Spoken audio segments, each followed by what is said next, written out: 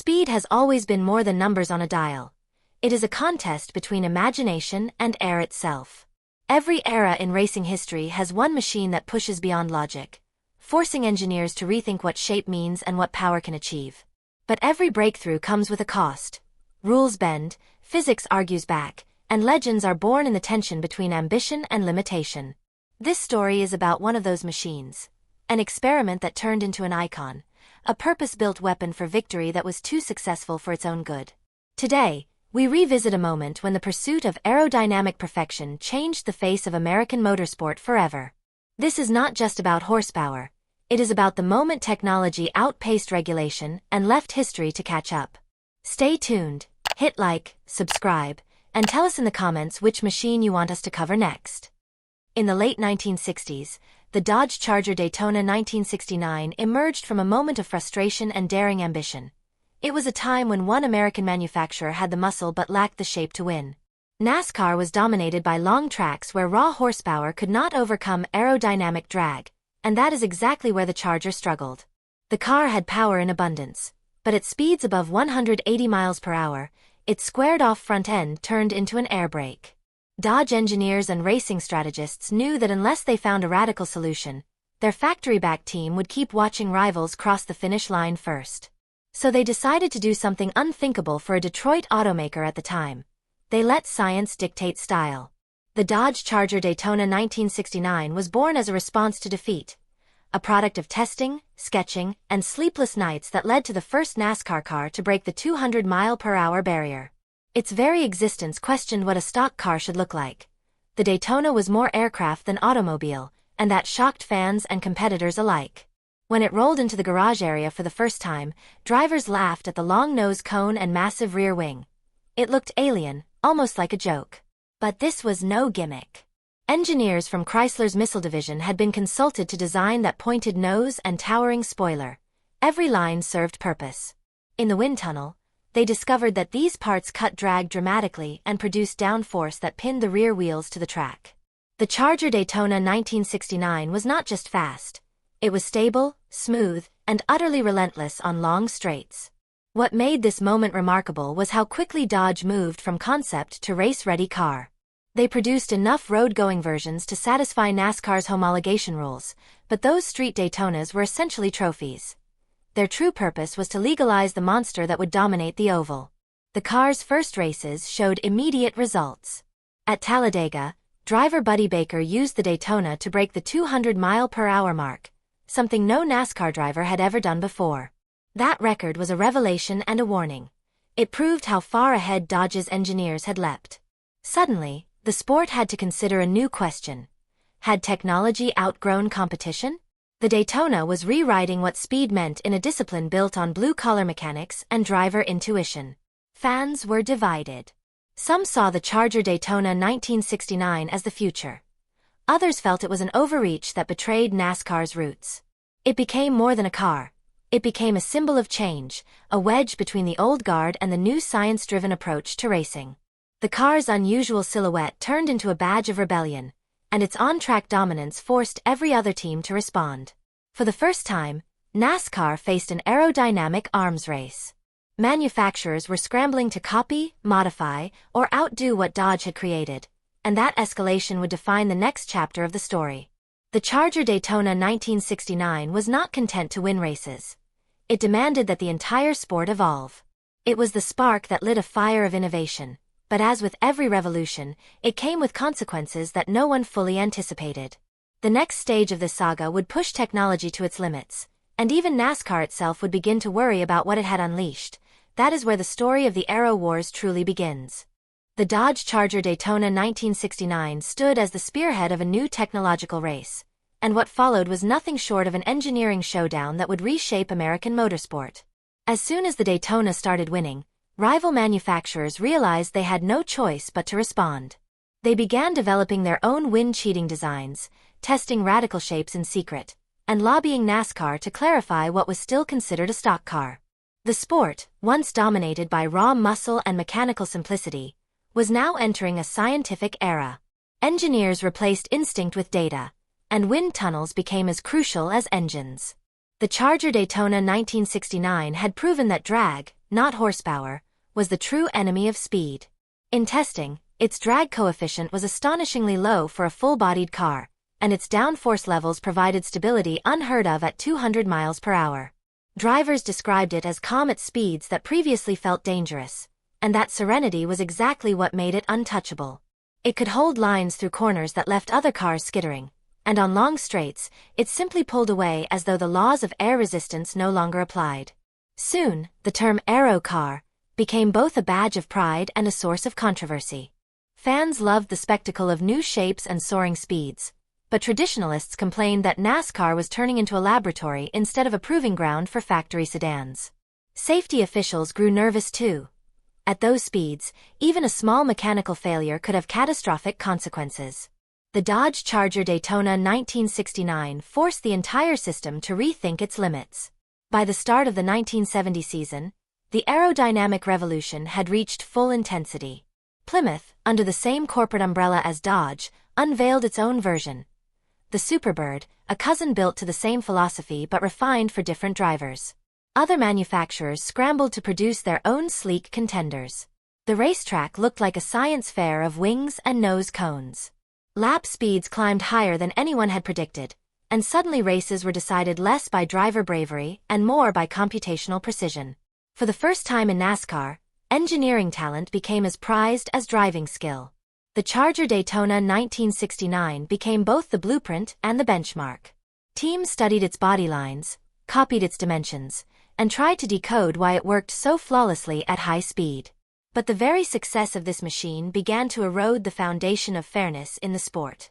NASCAR was built on the idea that each car was close enough to its street version that fans could drive something similar home.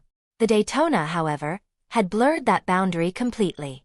With its handmade aerodynamic parts and limited production numbers, it was far from a car an average buyer could find on a dealership lot. The spirit of stock car racing was at stake. Inside NASCAR's headquarters, conversations grew tense. Officials admired the innovation but worried about sustainability. Speeds were now so extreme that the tracks themselves were not built to handle them safely. Drivers voiced concerns about tire failure, liftoff risks, and accidents that could surpass the containment abilities of existing safety barriers.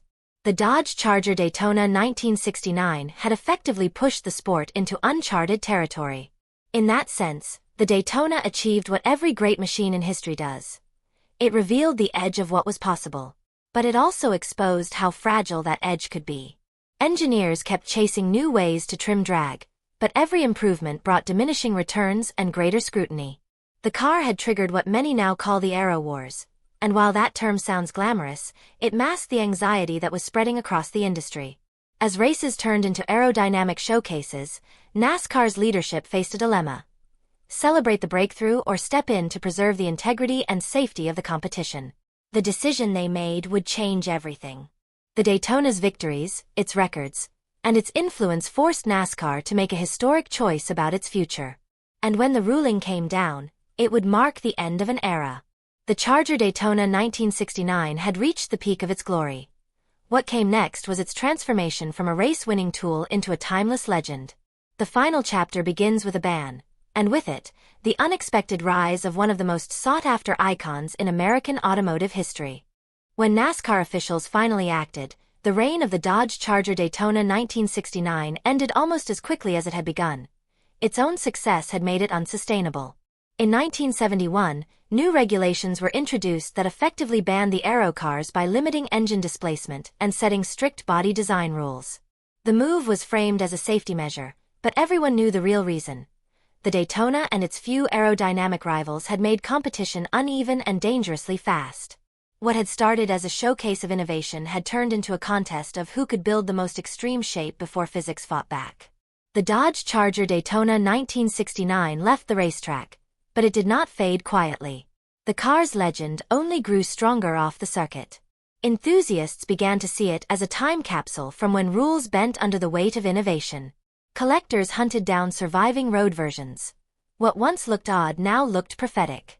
The Daytona's giant rear wing, once a punchline, became a sacred symbol of engineering ambition. Even though only a few hundred street models were built, their presence in car culture has lasted decades.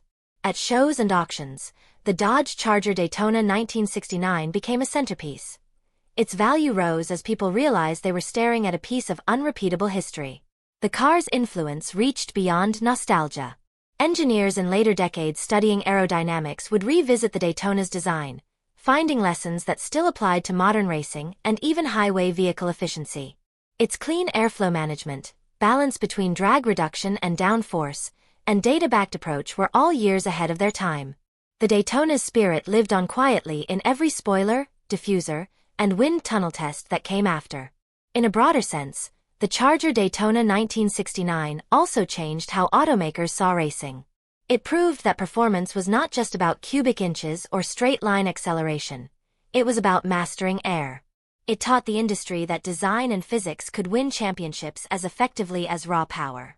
This realization shaped generations of vehicles, from muscle cars to modern supercars. Yet there is a bittersweet undertone to its story. The Daytona was built to win but ended up being too good at it. It pushed the sport into a realm it was not ready to manage, forcing NASCAR to protect itself from the consequences of progress. That irony made it one of the rare cars that both conquered and closed its own chapter. Still, that short-lived reign is what makes the story resonate. When fans today see the Dodge Charger Daytona 1969, they see more than a car. They see the ambition of an era when engineers ignored what was considered reasonable.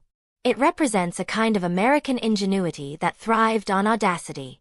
The car's enormous wing, the needle-like nose, and the unapologetic design all speak to a mindset that refused to settle.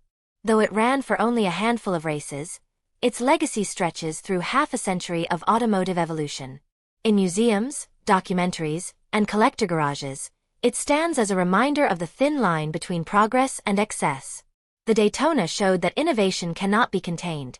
It only pauses until the next bold idea comes along. And so, the Dodge Charger Daytona 1969 lives on as both a lesson and a legend, teaching future builders that the pursuit of speed is never just mechanical. It is a story about imagination reaching for limits that no rulebook can fully define. Its era may have ended, but its influence never stopped moving forward. And as history proves, every generation eventually rediscovers its need for another winged warrior. The Dodge Charger Daytona 1969 remains one of those rare machines that bridged the gap between human ambition and the laws of physics.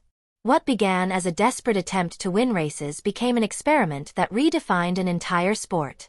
In its brief time on the track, the Charger Daytona 1969 proved that aerodynamics could rewrite what performance meant, forcing even the most traditional racing minds to think in new dimensions. Its pointed nose and towering rear wing, once mocked, became emblems of innovation done without fear. Looking back, the Daytona's legacy is not just about trophies or lap times. It is about what it represented. It showed that progress often comes from daring to look strange, from trusting numbers over opinions, and from letting function dictate form. The Dodge Charger Daytona 1969 gave engineers permission to dream without compromise. In that sense, its story belongs not only to racing fans but to anyone who believes that risk is the price of discovery. Every time the car's name is spoken, it carries the echo of a moment when technology outran regulation and art met science at 200 miles per hour. Its influence reaches far beyond its limited production run, living in every aerodynamic curve of modern performance vehicles. That is why the Charger Daytona 1969 continues to captivate collectors, engineers, and enthusiasts alike. It reminds them that true innovation is timeless. The wing may have been grounded, but the idea behind it still flies. Thank you for watching. If you enjoyed this deep dive into one of history's most extraordinary machines, be sure to like, subscribe, and comment which car, bike, or truck you want to explore next.